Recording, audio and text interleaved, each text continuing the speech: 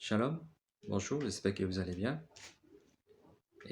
Aujourd'hui, je vais parler un petit peu je vais parler plutôt par rapport des richesses, les richesses qui est dans les cieux et les richesses qui est dans la terre. Dieu nous a invités pour chasser plutôt la richesse qui est dans les cieux. Comme la richesse de la terre, c'est quelque chose qu'aujourd'hui on a, demain on n'a pas.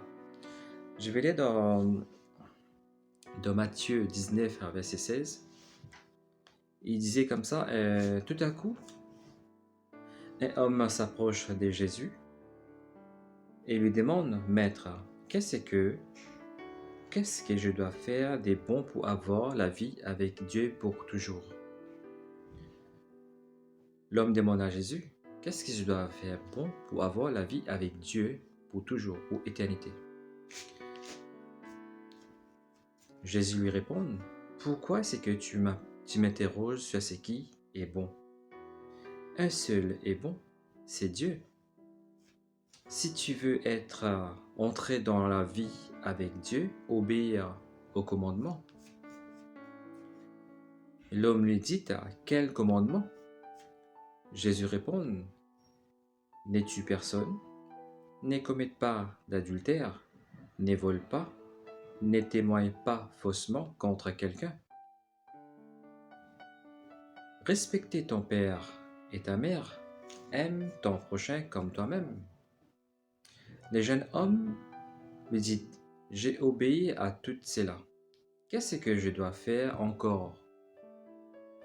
Jésus lui dit, si tu veux être parfait, va vendre ce que tu as et donne l'argent aux pauvres.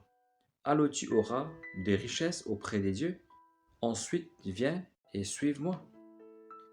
Mais quand les jeunes hommes entendent cela, ils s'en vont tout tristes parce qu'ils possèdent beaucoup de choses. Jésus dit à ses disciples, je vous l'ai dit, c'est la vérité.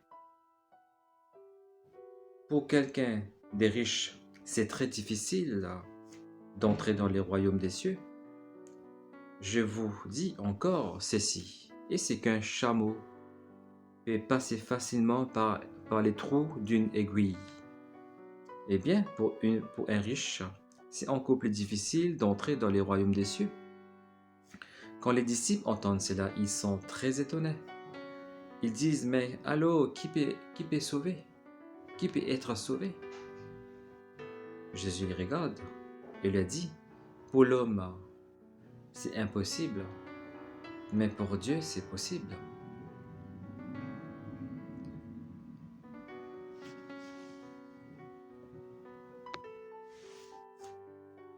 On revient un petit peu à l'arrière.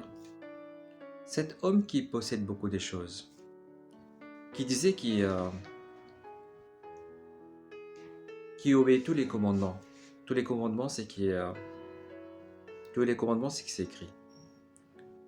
Mais là, on voit vraiment comment le cœur est fermé.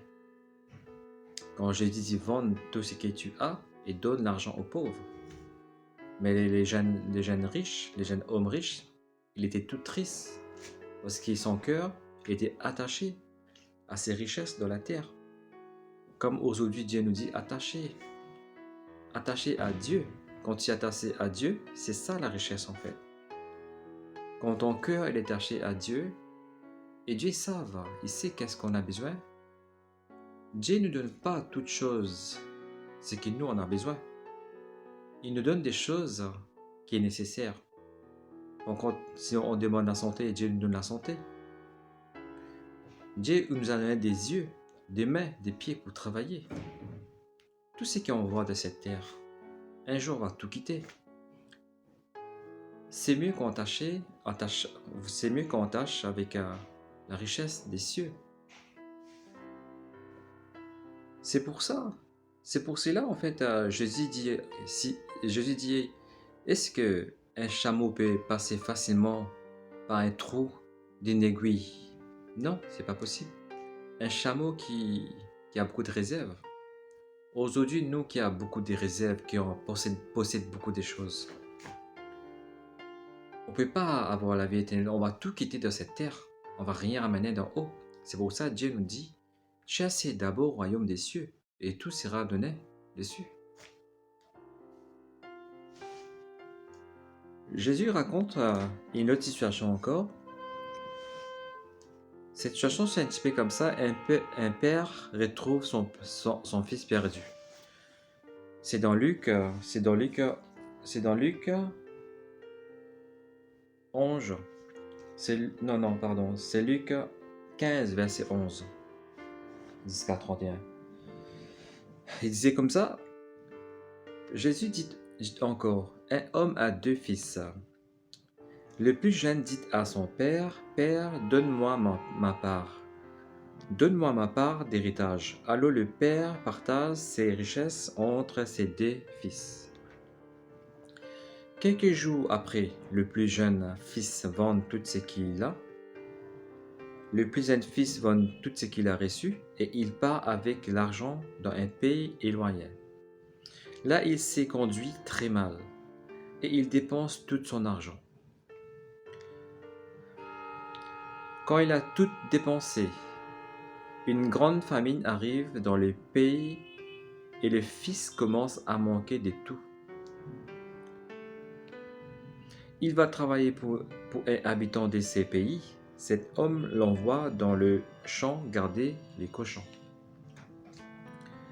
Le fils a envie de manger la nourriture des cochons. Le fils a envie de manger la nourriture des cochons, mais personne ne lui en donne. Waouh! Alors il s'est mis à réfléchir. Il s'est dit, chez mon père, tous les ouvriers sont assez à manger, et même ils en ont trop.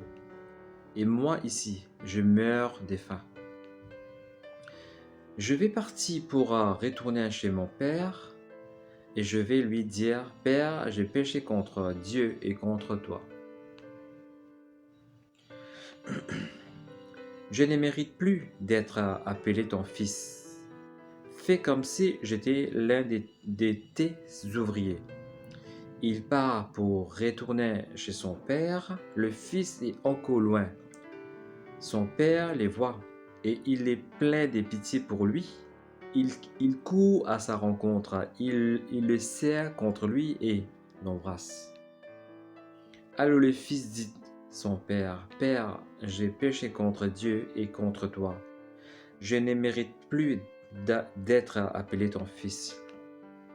Mais le père dit à ses serviteurs, vite apportez les plus beaux vêtements et habillez mon fils, mettez-lui une bague au doigt et des sandales aux pieds. Amenez le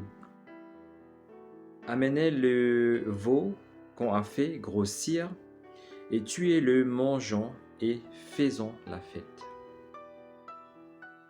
Oui, mon fils qui est là était mort, il est revenu à la vie, il était perdu et il est retrouvé, il commence à faire la fête.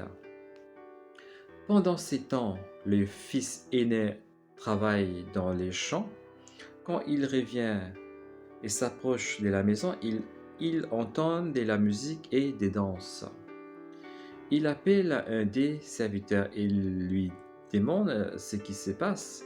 Le serviteur lui répond, c'est ton frère qui est arrivé et ton père a fait tuer le gros veau parce qu'il a retrouvé son fils en bonne santé. Alors, le fils aîné se met en colère et il ne veut pas entrer dans la maison. Le père sort pour lui demander d'entrer, mon fils. Mais le fils aîné répond à son père, écoute, depuis de nombreuses années, j'ai travaillé pour toi. Je n'ai jamais refusé d'obéir à tes ordres. Pourtant, tu ne m'as jamais donné une petite chèvre pour faire la fête avec mes amis. Ton fils qui est là a mangé tout ton argent avec des filles. Mais quand il arrive, tu fais tuer les gros veaux pour lui. Le père lui répond, mon enfant. Les pères lui répondent, mon enfant, toi, Toi et toi, tu es toujours avec moi, et tout ce qui est à moi est à toi. Amen. Mais il fallait faire la fête et nous réjouir. En effet, ton frère qui est là était mort, et il est retrouvé. Il est revenu à la vie. Il était perdu et il est retrouvé. Amen. Combien de patience nous, on peut avoir? Et combien de patience un père peut avoir envers son fils? Un fils, même s'il a fait des bêtises, son père, il peut toujours pitié son fils. Et ce que je vais dire par là, en fait, on a un Dieu qui nous aime. On a un Dieu qui nous aime, même si on a tout perdu. On a perdu notre famille, notre proche. Peut-être on est toute seule. Mais Dieu, il est capable de reconstruire notre vie.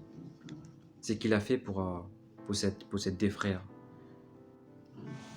Il est capable de nous reconstruire. C'est Dieu qui, ce que j'ai dit dans l'autre vidéo, c'est Dieu qui a créé les cieux et la terre. Il y a un seul Dieu. C'est lui qui a envoyé Jésus. Et Jésus, il est venu vers nous. Il est venu, c'est pas pour nous donner des charges très lourdes. Il veut juste prendre les charges qui est lourd pour nous déposer à ses pieds et les suivre. Tout ce qu'il demande, suivez-lui, acceptez Jésus. Acceptez Jésus dans ta vie et tu auras la vie avec Dieu. Voilà les messages que j'avais dans mon cœur pour partager aujourd'hui. Et je vais vous dire merci pour ce qui a écouté ces messages. Si vous voulez partager cette message, je n'ai pas fait cette message pour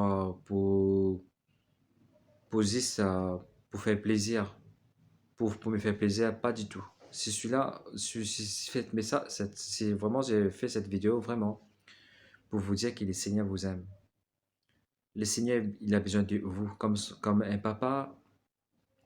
Comme un papa, il a trouvé son fils qui est perdu, il veut que son fils qui revienne vers lui.